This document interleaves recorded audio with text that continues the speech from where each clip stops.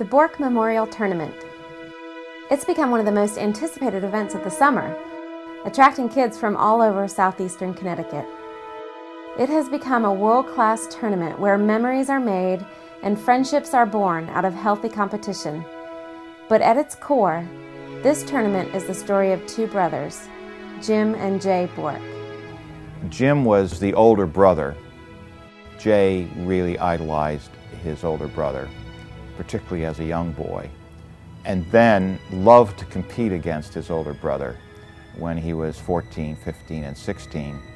And when he could beat Jim, and he could quite regularly, it was a thrill also for Jim. Jim was a two-time winner of the Brook Lawn Tournament, but it wasn't long before Jay began to surpass his brother's success. On July 3, 1968, Jay tied for the Connecticut Junior Golf Qualifying Medal. On August 21, 1968, he won the Westchester County Junior Golf Championship. And on August 29th of the same year, he won the Brook Lawn Junior Crown. Jay was on a roll, and his future looked to be that of a promising golfer. He had a real even temper, backed by, I would say, a very calculating, competitive urge to win.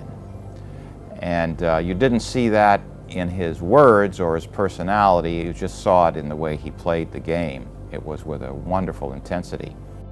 Jay loved the game, and I really felt, and I think his father felt, Chester, that given some luck, that Jay might have tried the National Amateur Circuit and maybe even the professional circuit. I believe he was that gifted.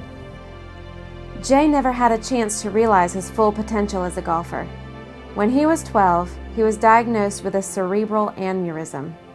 The condition is now treatable, but at the time there was nothing doctors could do to help.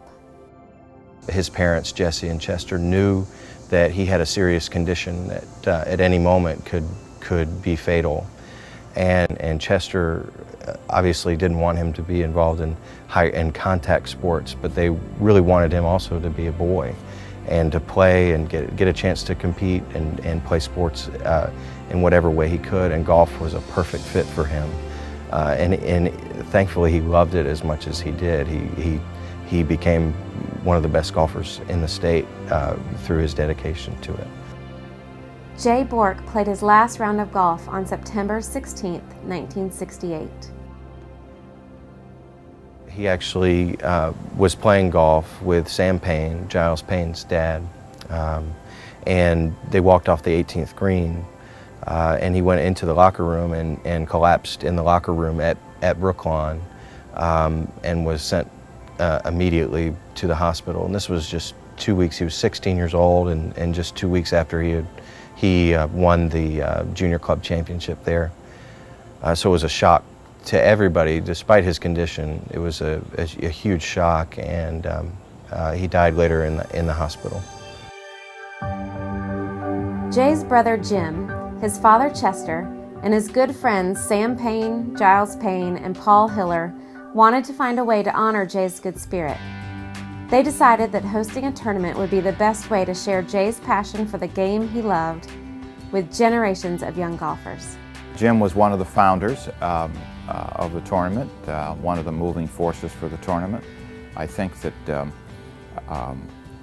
he wanted to make sure the tournament had a long-range goal, and that was maybe to reach 40 years.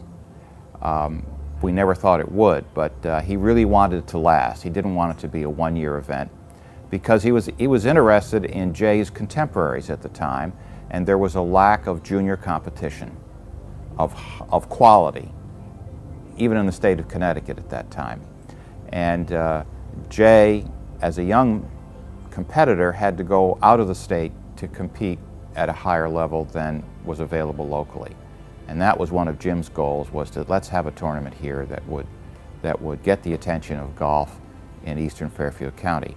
We had wanted to start it immediately, 1969, after Jay's passing. And we were turned down.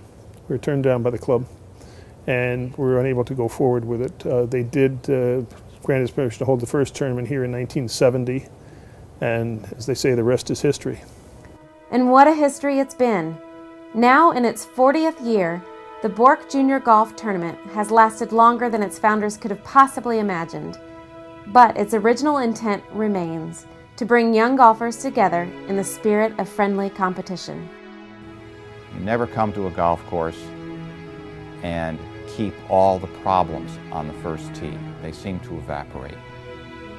And they return when you finish on the 18th hole. But that interlude is a joyous experience every time, regardless of what one shoots. That's what I love about the game.